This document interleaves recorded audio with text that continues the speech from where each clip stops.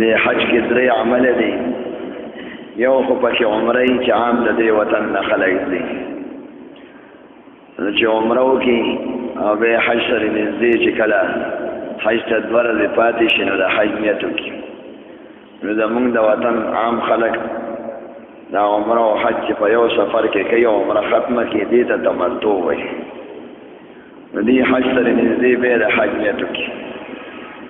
تقریبا دې ټولو میاشتو ته د حج میاشتې وایي او حج 15 ورځې کې ادا کېږي اتم تاریخ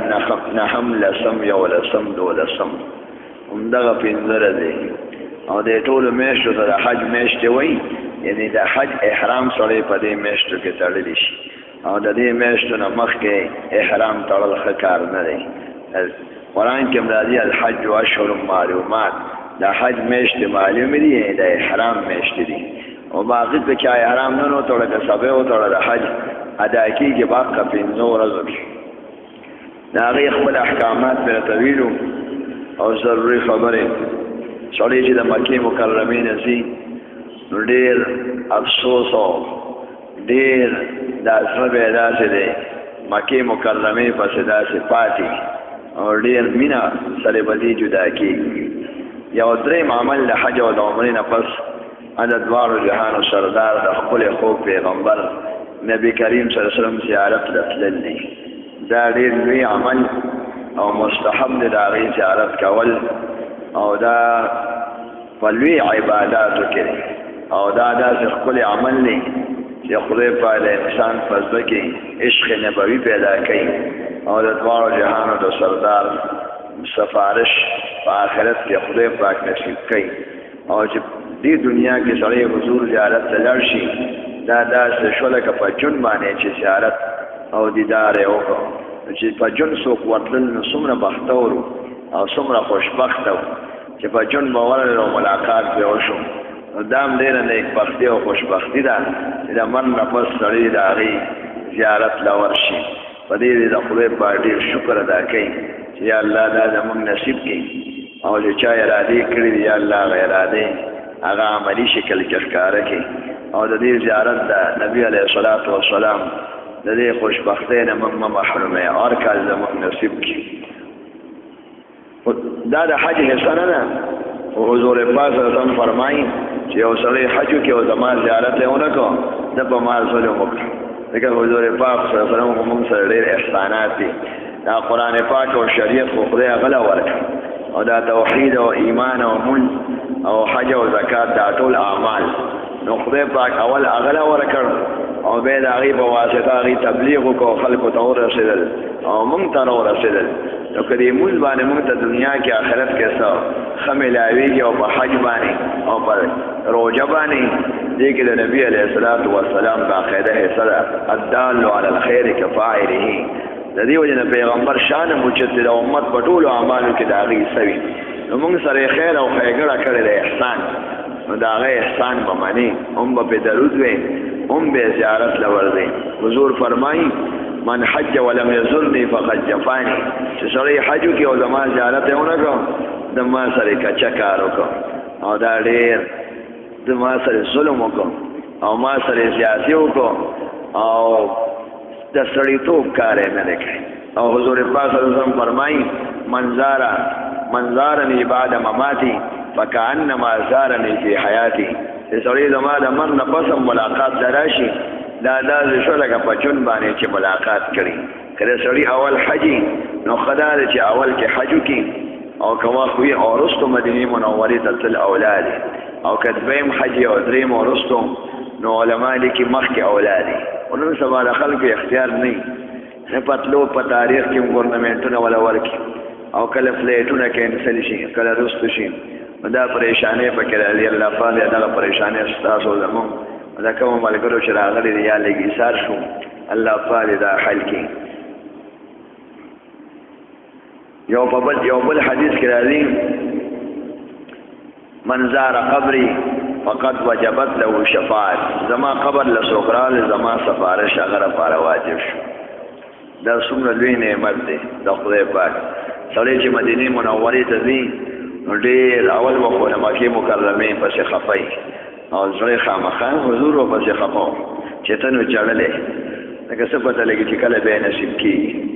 چې مدینه منورې سفر ته ځینو په هغې هم د ډېره خوشحاله شي چې هغه سید الانبیا نبی علیه الصلاة والسلام چې مکه مکرمه مرکز د توحید او د دعوتو د دې ځای نه هغه روان شو خدای ما ته هم هغه سفر نصیب کړو او کوم نیکان صحابه کرام او کوم اولیاو چې دا سفر یې کړی دی یا الله زه خو هغې ته نشم رسېدی خو زما نوم هغې سره هغه برکات او هغه دعاګانې او هغې کې هغه خوشبختو کې ما راوله چې دا سفر یې کړی دی د دین دپاره او زم دا کوم ډېر شکر به وباسي او په لار کې به ډېر زیات درود شریف وایي چې څومره ډېر درود ویلی شي دا دی وایي چې کله مدینه منوره رانږدې شي مسجد ذوالحلیفه یو شپږ میله لري ډېر د احد غر د مخکې نه ښکاري په سترګو ښه لګي او د حضور علیه السلام هم ډېر خوښ و داسې سوربخن شان غر دی تقریبا 7 میله اوږد دی او پلن هم دی او د مسجد نبوي شاته دی چې خلک مانځه ته ولاړ نو شی ول لکه دا سره جنوب دی خوا دی شمال طرف ته دی او هلته قبله داسې ده ډېر زیات او د حضور پاک صلی الله علیه وسلم جومات چې وي نو ډېر زیات سر په ښکته کړي او ښه دا ده چې غسل هم وکړي او ښکلې جامې واچي او که ډرایور ګاډي نه ودرئ نو چې خپل بلډینګ د مدینې منورې ته ورسېږي نو هلته به تلوار نه کوي مخکې د خپا کې ښکلې جامې واچي عطر دې پورې کړي هر څه ښایست دې وکړي خوشبي او حوصلې سره بیا به ډېر شکر او بس په ادب او ډېر احترام مدینه منوره دا ډېر مبارک ښار دی زموږ د علما کرام وایي مدینه په ټوله دنیا کې په ټولو وطنونو او ښارونو کې مدینه منوره او مکه مکرمه بالاتفاق غوره دي د دې د بل ښار نه رسېږي او بیا دې دواړو کې کوم غوره دی نو درې امامان وایي امام ابو حنیفه صاحب او امام احمد بن حنبل او امام شافعي صاحب دا درې واړه وایي او اکثره عالمان دا وایي چې مکه مکرمه غوره ده د مدینې منورې د ښار نه خو یو د مدینې منورې چې کوم ځای کې د دواړو جهانو سردار تشریف فرما دی او قبر کې آرام کوي هغه ځای د دنیا د هر ګوټ نه غوره دی او د ټول د حضور پاک د ټولو کائناتو سردار او افضل المخلوقات بیت الله مخلوق دی او عرش مخلوق دی او نبی علیہ السلام پیغمبر او مخلوق دی او بشر دی او لوی پیغمبر دی او د هغه چې کوم ځای کې ډډه لګېدلې ده دغه ځای دا د ځمکې او اسمان او بیت الله او عرش د ټولو مخلوقاتو نه دا غوره دی وانه خیر خلق الله کلهم حضور پاک د خدای په مخلوقاتو کې ټولو کې غوره دغه ځای ډېر غوره دی هغې ته هغې کې اتفاق ته چې دغه ځای غوره دی او باقي نور ښار مکه مکرمه هلته چې یو مونځ کې په یو لاګه او په مدینه منوره کې په بخاري شریف او مسلم شریف کې راځي چې یو مونځ سړی وکړي ځان نه په جومات کې نو یو مونځ په 1000 دی او د ابن ماجه په روایت کې راځي د احادیث بل کتاب دی چې یو مونځ په 500,000 دی یو مونځ سړی او چې جمع سره کې دا تقریبا دغه شو چې 20 کې ولا ضرب ورکې دا تقریبا 13 لاکه منځونو ثواب شو دلته 13 لاکه منځونه دا په 200 کاله کې هم نشي کولی دومره د خدای پاک پکې خیر او دا برکت اخري سړی به ډېر شکر وباسي چې دا ښکلی ښار چې حضور علیه السلام ته ګران او هلته صحابه پاتې شوي دي او د هغه قدم قدم په هغه ځایونو کې لګېدلي دي او د عمر 10 کاله یې تېر کړي دي او تبلیغ او جهادونه او سفرونه او ملګري به ورسره ناست وو هر ځای ته هغه ځای ته زه ناچیز او د هغې د خپو خورو قدمونو ته هم نه رسم د خورو ته زه خدای پاک راوستم نو ډېر زیات خوشحالي به کوي او ډېر عاجزي به کوي او د هر قسمه بېادبۍ او ګناه نه او کچه کارونو نه به دې ځان ساتي لکه دا سفر خو داسې د بازارونو لپاره یا د ښځو کتو ښځې خو دلته هم ډېرې دي د ښځو لپاره خو نه دی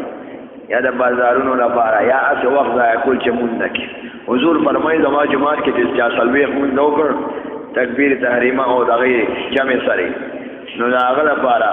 د عذاب او د دوزخ نه د براءت او د خلاصي پروانه ولیکلی شوه او خدای پاک به د منافقت نه ساتي مخلصینو کې به خدای پاک راوړي دا زنانو لپاره دا مسله نشته ځکه زنانه خو څلوېښت لمونځه کله نشي کولی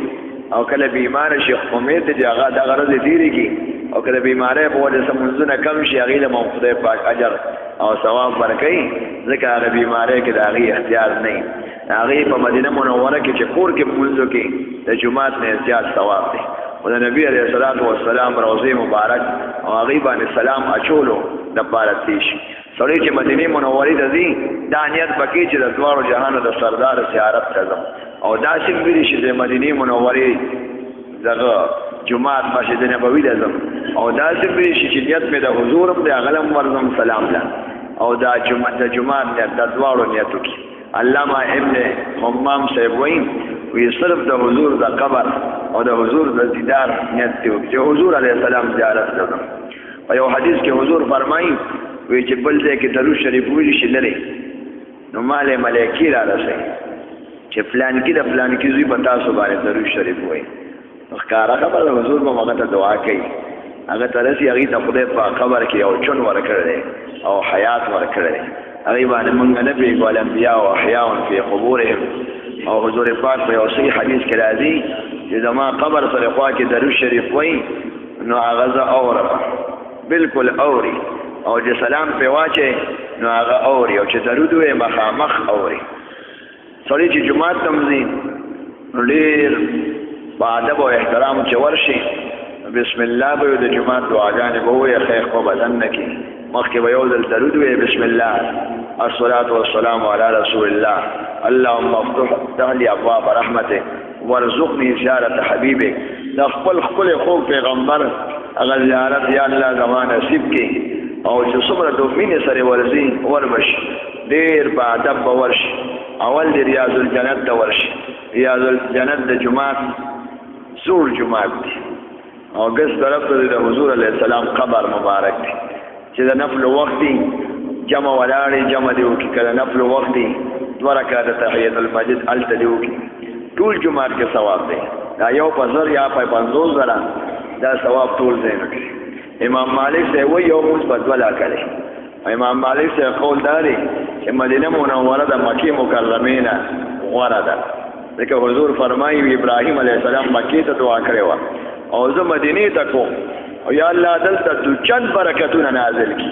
نو هغه دا 1 لاک په 2 لاکه وایي دا د هغه قول دی ریاض الجنت دا ښکلې د جنت ټوټه ده ډېر عالمان وایي وی خدای پاک دا ځمکه لکه حجر اسود او مقام ابراهیم کاڼي د جنت دي چې کله دا دنیا ختم شي دا دواړه کاڼي به جنت کې او دا ځای دا تقریبا 2 شپېلره ځای دی دغه دی پیلرې دی او د هغې نه سنګ مرمر تو دی او د سرو زرو اوبه ورکړې شوي دي 2 شتن دي شیخ صاحب پکې او داسې سپین قالین دی پکې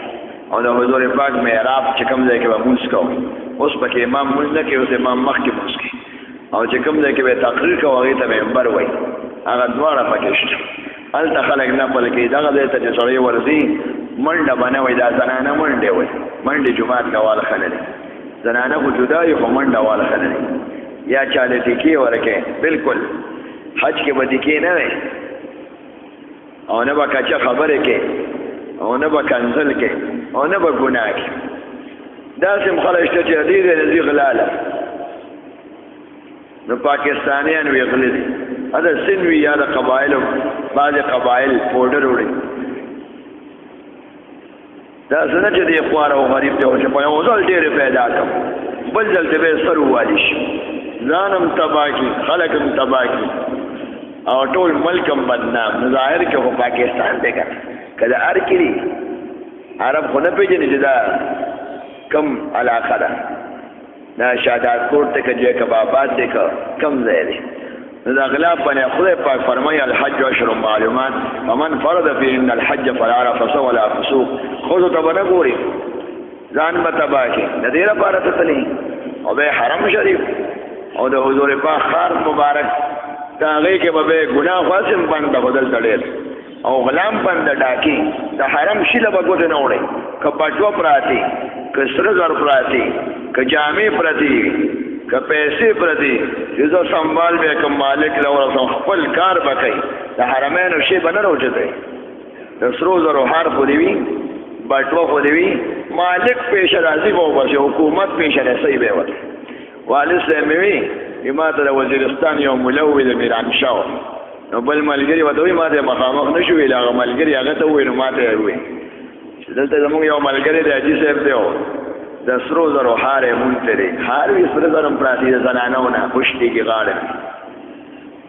نو هغه وایي چې دا هار یې اوچت کړی دی حالان کې هار مار بنه و چې د حکومت پیش او دفتر پیش چې چانه سرک شي حکومت او خلک هغه دفتر ته رسي صفا دروازه کې دفتر دی نور دفتر هم شي الته واچي به بل وسړی راشي زما دا شعر وکړي الکه نه خیسه ده څنګه رنگ دی هغه ته تاسو کې هغه نه خورنګ وای ورشي ورکی واپس دا څه غړې ده سره پټه ده او دا څه ده بس ورکی ما ته وی چې هغه سړی وای چې هار به ځکلی ته یو سم میرانشاه ته یا وزیرستان ته او دا زمونږ د کلی امام دی نو اړیر راخه سړی دی او غریب دی هغه له ورکه هغه په بل کال حج کی او شیخ زوړو له جلالیو ما دې دا وته شیطان چلخی چې کلی ته یو ځای اول باندې دیږي لکه ستا پلار مين ور بینه کې مولانا جمعه امام له سنت دومره عربونه د لوی د سرو زرو هار وړي هلته ولې ته سوار کې چې دې نه په دومره سخی شوي چې دومره غټه امین د سرو زرو دا به تا هغه ورکې دومره خسړی او که خزر خبر شو هغې ولیدو نو په قلمي قرآن به هم ورنه کړي ما ته راکړه خو ما سره ډېر خوند کوي سرو زر خودو خو سره زر دومره خوښې که ورته په لاس کې د میخونه د سرو زرو وړو خیر او خیر دې ووښه خو چې د سرو زر هغه بالکل دومره سرې خوږې او والې او دغه دا څیزونه د هغې دا څیزونه خوښ دي قرآن شریف ته هم معلومه ده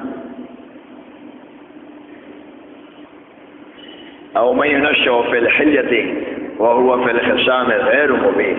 پکالو کې لوی شوي که ښځې دې ولید حاجي صاحب نواره به یې دنه قبضه کړي به یې نشي ورکولی فورا دا د صفا دفتر کې داخل کړه دا ته شیطان چلخي به یې به د لوڼې پردې شي ځان له غم ګورې فورا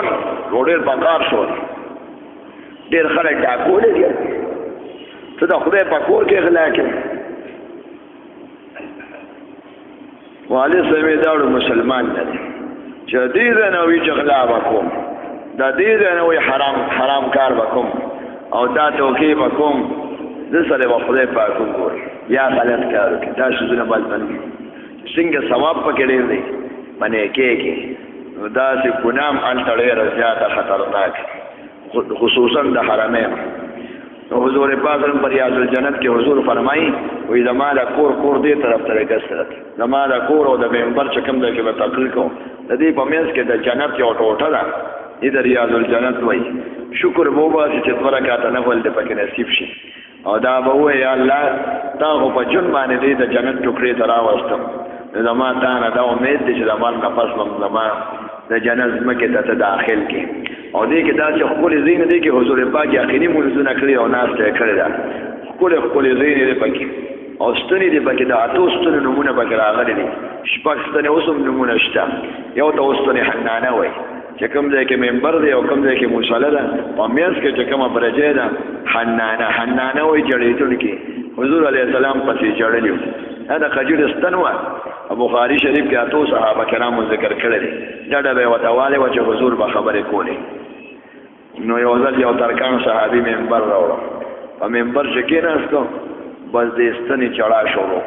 سم یې جړل ټولو خلکو اواز اورېد حضور پاک راکوش و لاس یې ترې راته وکړ دې ته اسطوانة المحلقه وایي شیخ صاحب محلقه نوم یې دی لاس یې دې ته وکړ او دې ته اسطوانة المخلقه وایي هلته یې لیکلي په سرو زرو پې مخلقه خېټې کې دی مخلقه خلوق نه دی خلوق وایي خوشبي ته لکه مشکو عنبرو په شان خوشبي ده خلوق خلوق ته به مګه بخوا اسطوانة المخلق حضور سره مینه وکړه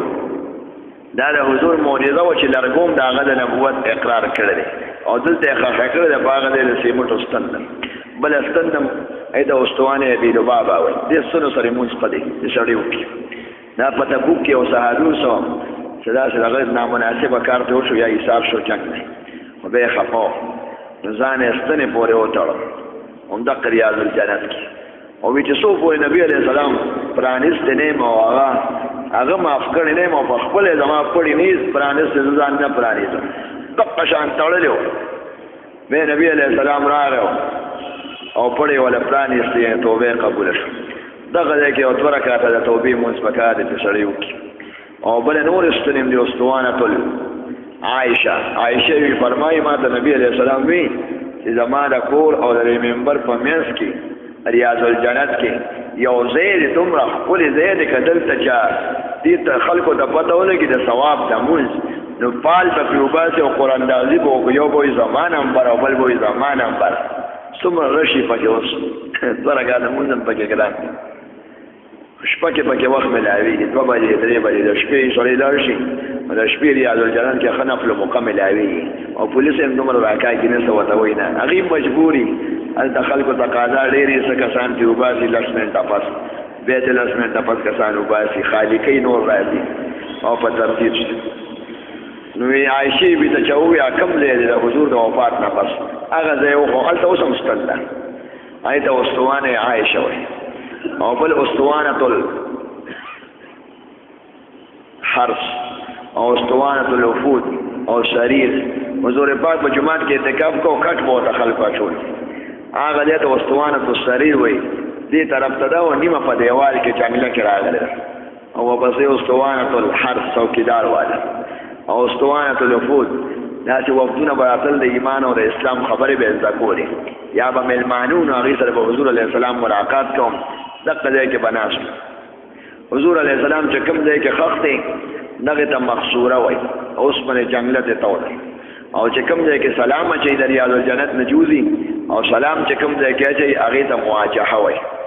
نو حضور پاک صلی الله علیه وسلم سلام او صلوات ویل دا ډېر د خدای په ډېر لوی نعمت چې سلام له سړی ورزي ډېر جاړي با سر به اخکته خي طرف ته او بس طرف ته ونه ګوري نه په موبایل خبره نه خوا کې پړته نه ډېرې تیزې خبرې ډېر ادب او احترام او عاجزه سره او شکر سره با سلام طرف ته روان شي چې کله حضور پاک سلام قبر مبارک دا غینه جنگلی ته وری او په جنگلو کې دنه کمره د اوس پر دیوال دی هغه دیوال باندې قالین ته او د کارپټ قیمتي قالین ته دوی سورو رنگینو او یا کلمات به لیکل شوی دي ا کوټې ته څوک نشي وځي درې قبر دی پکې اول حضور علیه السلام خرته په اول قطار کې پدویم قطار کې لګرستو د حضور پاک پاندو مبارک سره ابوبکر صدیق سے وخت به په دریم قطار کې لګا دریم رستو عمر فاروق سے د نبی علیہ السلام قدم مبارک سره د سر راځي او د ابوبکر صدیق سے سینې سره د سر دی لکه دا چې درې کسان چې خاخي داسي واسه په قطار نو خاختي سړی چې ورشي ډیر درود شریف بوي او ډیر په مذهب هم درود نه وي ډیر لکه او ډیر تیز هم نه وي او جنگلی ته چې مخامخ شي داسي درې پلیټ لري د سرو زرو پیتلو په شکل کې یو غټ پلیټ لکه غټه ډوډۍ او دوه واړه پلیټونه د پیتلو لکه د سرو زرو په شان هغه کې واړه سوري د پهلې یا وړو کې چینه کومره هغه سوري ته چې مخامخ ودرېږي قبلې ته بشاکي او حضور علیه السلام هغه پلیټ هغه ځای کې عمر کې ډېر په مینه به سلام وایي داسې به سوچو کې چې حضور علیه السلام په قبر کې قبلې طرف ته مخ دی پخې طرف باندې ودرې گویا کې ما تخکاري او زه د هغه په خدمت کې سلام پیش کوم ډېر زیات څومره مینې سره ووایي اخلاص داسې وایي لکه ما ته تخکاري او بیا چې څومره په مینه سلامونه اچولي چې په پښتو کې مړي شي ای خوږه پیغمبره په تا دې صلات او سلامي السلام علیک ایها النبی ورحمت الله وبرکاته ای عظیمه پیغمبره او ای ښکلې او لوی پیغمبر پتا دې سلامي او پتا باندې د خدای رحمت لري السلام علیک یا نبی الله اے د خدای پیغمبر پتا دې سلامي السلام علیک یا حبیب الله اے د خدای دوستا پتا دې سلامي السلام علیک یا خیرت الله اے غره انسان پټولو خلقو کې پتا دې سلامي السلام علیک یا سید المرسلین او یا سید الانبیاء اے د انبیاء کرامو او د پیغمبرانو سردار پتا دې سلامي السلام علیک یا خیر خلق الله د خدای په مخلوقاتو کې بهتر او افضل پتا دې سلامي څومره ویلی شي څومره وخت وی دی او به ډیر په مینه چې چا ورته ویلي د هغه طرف ای خوږه پیغمبره پتا دې صلات او سلام د خلکو طرف نه چې ما ته ویلي ما ته نوم یاد دی یا نوم یاد نه دی دا دی وایي زمونږ دا ایمان دی چې حضور علیه السلام په خبر کې اوري دا نه چې هغه خدای دې تا د سوی درکړي یا خیر او شر مالک او فیصله کوونکی خو الله دی او دا خدای عظیم پیغمبر دی او تا باندې دا حق دی چې دا وایي صيغې د خطاب هلته ویل جایز دي څومره سلامونه ووایي بیا به لږ ابوبکر صدیق صاحب ته مخکې شي بیا عمر فاروق صاحب ته د حضور پاک څخه دي دواړه یو مشر څخه دی او بل کشر دواړه ورجوړیانې ورکړی او د اسلام لوی خدمت یې کړی دی په هغې به سلام دا سلامونه څومره ورځ کې څومره ځلې ویلی شي څه منع نه دي چې څو هر لمونځ پسې راتلی شي چې څو شپه کې راتلی شي د ورځې راتلی شي ګنټه پس بیا ورته څومره ډېر وی هغونه به خدای په زړه کې عشق پیدا کړي چې د پیغمبر مینه دې په زړه کې راغله دا ډېر لوی دولت یو صحابي حضور علیه الصلاة والسلام ته راغی ورته وایي قیامت به کلې هغه ورته قیامت ته تا څه تیاری کړی دی تاریخونه تپوس کوي کله به ځي او کله به تاریخ خو خدای پاک ته معلوم دی او یقیني دی قیامت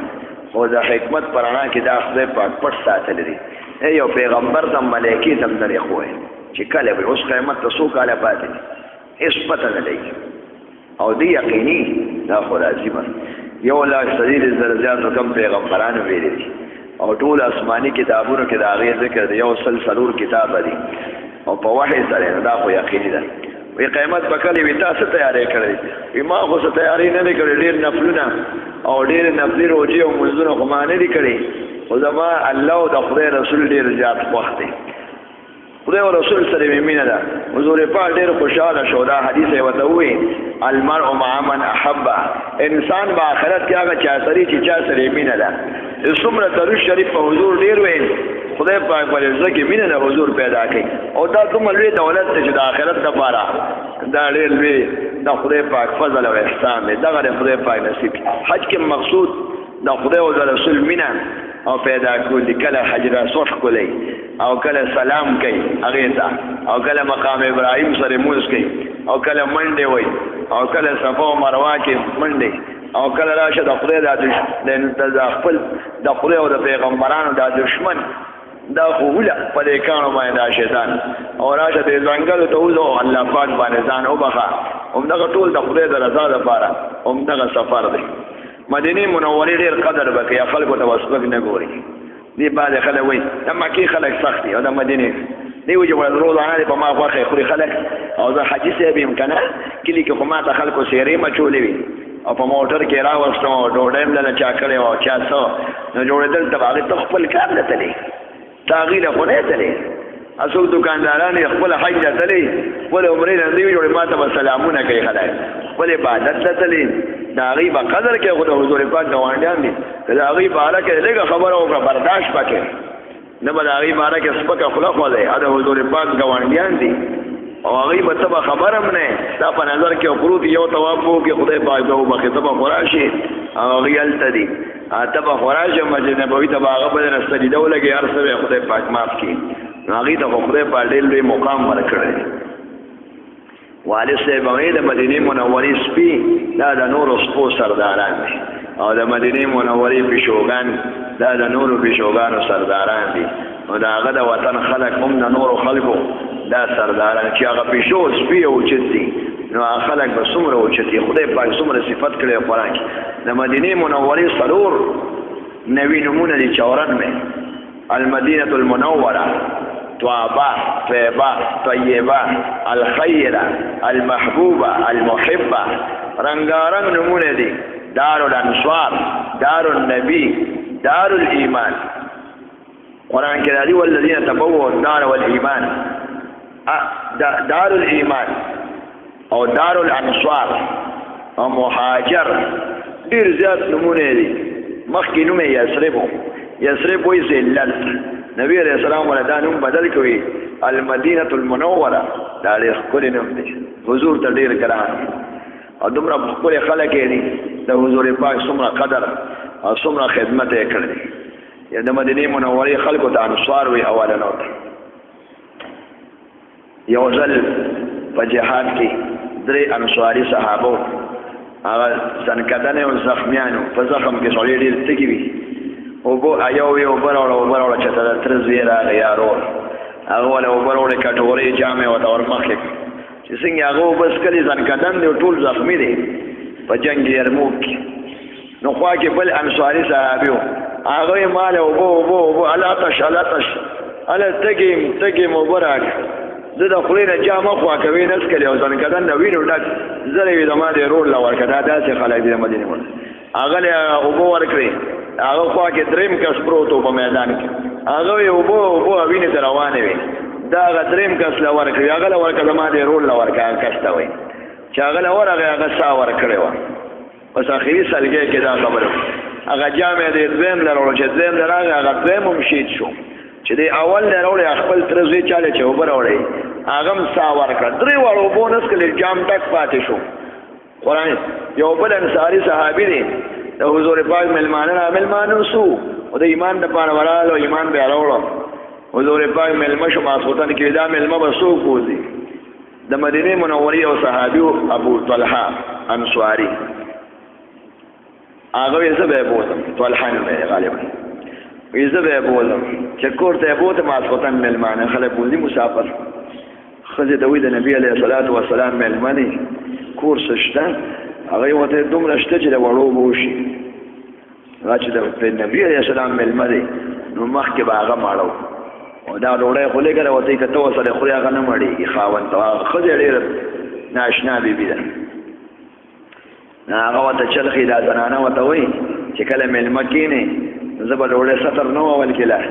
وی زه به ډوډۍ در وباسم پتنوس پلیټ یا سره کې بیا کې کاسه کې ترکاري لږه ده یو کس خوراک دی نو چې ډیوه بلې یو رڼا تاسو چې ډوډۍ شروع کړئ نو بس زه به درشم زه به هغه ډیوه مې وداسې زموم را سمومه نو زه به هغه مړه کړم او پوکې به ورکړم پسه چل مېلمه به نه پرېږو نو چې تیاره شي نو هغه خو دومره رڼا هم نه وه نو چې تیاره شي نو ته هسې لاس کته کوه او خولې ته وړه هغه به وایي جوړه دی ډوډۍ خوري او پرېږده چې هغه ډېرې نوړۍ وخوري هغه ځان موړ کړي هر څه چې دا چلی وکړه هغه مېلمه یې کېنو په تیاره کې او واړه ماړه یې دغه شان وده کړ او ډوډۍ وله ورنه کړه او خپله دې خاوند ښځې هم ډوډۍ ونه خوړه او خاوند یې ورته داسې کېناسته چې شورو یې کوله دې هغه ډیوه مې وله سمون را زمونه پوکې یې ورکړه ورمړه شوه بیا یې ماچس کم ځای کې او چې بعد بیا دغه کو دغه کو نو دې ډوډۍ خوړل او څونه وړی ډوډۍ وه چې ویې خوړل سار د دې صحابي بارک آیاتونه راغلي د مدینې منورې دومره سخیان خلک دي او ښکلي ویؤثرون علی انفسهم دا ایثار او قربانۍ ولري خپل ځان رسو کوي بل مخکې کوي په خپلې لوږه تېره کړه او مېلمه یې موړ کړ چې سړی به بل وخوري دا ګل شي په بل باندې وخوره قیامته پورې د هغې صفت هغې ته څوک رسېدی شي یو ځل یو نیک سړی و مدینه منوره کې ماسته وخوړل والد صاحب مې دا قصه ډېره کوله ماسته تراو دې داسې وایي وایي د مدینې منورې دا ماسته څنګه تراودي د خولې نه یې وکتل چې وده شو د دواړو جهانو سردار ښکلی خوب پیغمبر نبي علیه السلام یې خوب کې ولیده خوب کې لیدل خو ډېر ښه خبره ده او چې ویلې دا ورته پکار و وایي ستا زما د ښار ماسته خوښ نه دي وځه چې کوم خوا ځې که سړی خوښ نه دا به نه وایي دا تراول یا خراب یا شي هسې به یې نه خورم بد به یې نه وی دا سړی هم به لوی سړی و جړل احساس چې راپاڅی چې ما ته حضور پکار و یو عالم ته یې الوي دغه شان ښکلی پیغمبر مې خوب کړي ده او ما ته یې داسې وي وایي تا نه به کچه خبره د خولې نه وتي وایي دغه شان ما ویلو شیخ صاحب وي دا به هم ډېر لوی سړی و ځکه هر چا ته خو داسې معمولي خبره باندې دومره دغه نه راځي دومره تنبیه او دومره وارننګ سخت د مدینې منورې دا څومره لوی علما دي دوی بیا ډېر قدر حاجي محمد امین صاحب د تورنزو زموږ د 400 څپلی به یې لاس کې نیولې ګرځېده به خپې بلې خپې حضور پاک دلته قدمونه 1958 کې وفات دي او مرغو کې خاص دی عاشق رسول څپلی به یې نه به وکړي دلته به حضور خپې که داسې ګناه نه ده مولانا محمد قاسم نانو ته وي محترم د علوم دیوبند اوښ پورې به یې څپلی وتړلې او دغه کې جای پورې خپې بلې خپې به روان او بډې به یې والې وي او جړل به مونږ د دې ځای لیقم نه یو چې مونږ په دې ځای خپه کېږو امام مالک صاحب په مسجد نبوي کې درس کوم طالبان به اوسه ناست ریاض الجنت کې ریاض الجنت کې په خوا دومره رش نه والد صاحب قرآن اکثر په ریاض الجنت کې یاد کړی دی 1962 63 64 65 کې درې کال کې لګ لګ بیا یادو چټه کې ریاض الجنت کې به سبق وي او بعد آیاتونه چې د بدر آیاتونه هغه به د بدر تعالی ما آیاتونه مې تیار 150 میل لري لقد نصركم الله ببدر وانتم اذله آیا بعد آیاتونه د التوی دي په مقاماتو کې نو امام مالک صاحب سبق وی شاګرد یو شاګرد وته سبق کې ګوري رنگ به جوړ سوزنی بشو به رنگ جوړ شو په سبق کې یو شپاړه ځلې رنگ تک تو جوړ بشو سوزنی بشو به چې سبق ختم شو ورغه امام مالک صاحب خپل شاګرد وی صرف په سبق په دوران کې د خبرو دوران کې ستاسو رنگ بدلیده را بدلیده چې دا وایي وی تراشه د ما د عمله وګوره کمیس یې داسې اوچت کړ چې کمیس یې اوچت کو یو سوزنی لړم پې ناستو د سحر ټک شپاړه ځلې ولا ټک ورکړو په ملا باندې او زړه بس مړ که په سبلې یا سبانه خلاص وی سیب تاسو ولې نه وي وی مال نبی علیه الصلاۃ والسلام مخامخ قبر ته ګوتونی و وی د دې صاحب قبر نه مال حیارات چې زه د خبرې کومه او دا شان مال لړم یا مچې اوخره او زه یا غار سو ودروم ما ویل دا تکلیف بتیر دومره د حضور پاک د خبرو قدر مال حیا راځي لکه سړی د مشر په مخ کې څنګه نه کوي وی خیر دې دغه شپاړه سټکه خورلو د ظاهر ډک دومره ادب او احترام وکړ بوډاو حج جنت اخر کې وی سره چې بل ځای کې وفات شو لما دا خوخه چې دلته وفات شو خواکه مغبره دې طرف ته ایت جنت البقیع وی ډیر صحابه کرام پکې حضور په خپل لاس خخ کړی دي داسې مغبره ده چې حضور پکې مړي په خپل کوس کړی دي عثمان ابن مظعون او ډیر لري صحابه د حضور په چون وفات شي شهیدان ابه په حضور په خپل خخول بیبیانې پکې خخې دي نه بیبیانې د حضور پاک په جنت البقیع کې خخ سړی سار زیارت له وشي کم از کم یو ځل مخور شي حضرت عباس پکې خخ تبلیغ مشر مولانا محمد زکریا سے شیخ الحدیث دا پکې خخ دي د حسن سے او د عباس سے خپل طرف او د مولانا زکریا سے د تبلیغ مشر د استاد مولانا خلیل احمد سهارنپوری د صحابه کرامو سره خوا کې خخ دي دا ډېر لوی خلک دي خدای په دې دنیا ته فایده رسول ده امام مالک صاحب هم پکې خخ دي او عثمان صاحب پکې اخر کې خخ دي عثمان ابن عفان د نبی علیہ السلام دوه لوریانې په واده وي یو مړشنه به بل ولا ورکړه دا ډېر ښکلي ځینې د هغې څه ذکر او بل انشاءالله وکړو الله پاک دې موږ هم لارې کولو کې لږ تاخیر پکې شو زموږ د ټکټ کې خدای پاک دې په خیر سره وکړي او هر کال دې خدای پاک زموږ ستاسو صحت او ایمان او تقوا سره دا نصیب کړي او د دې سفر مبارک نه دې خدای موږ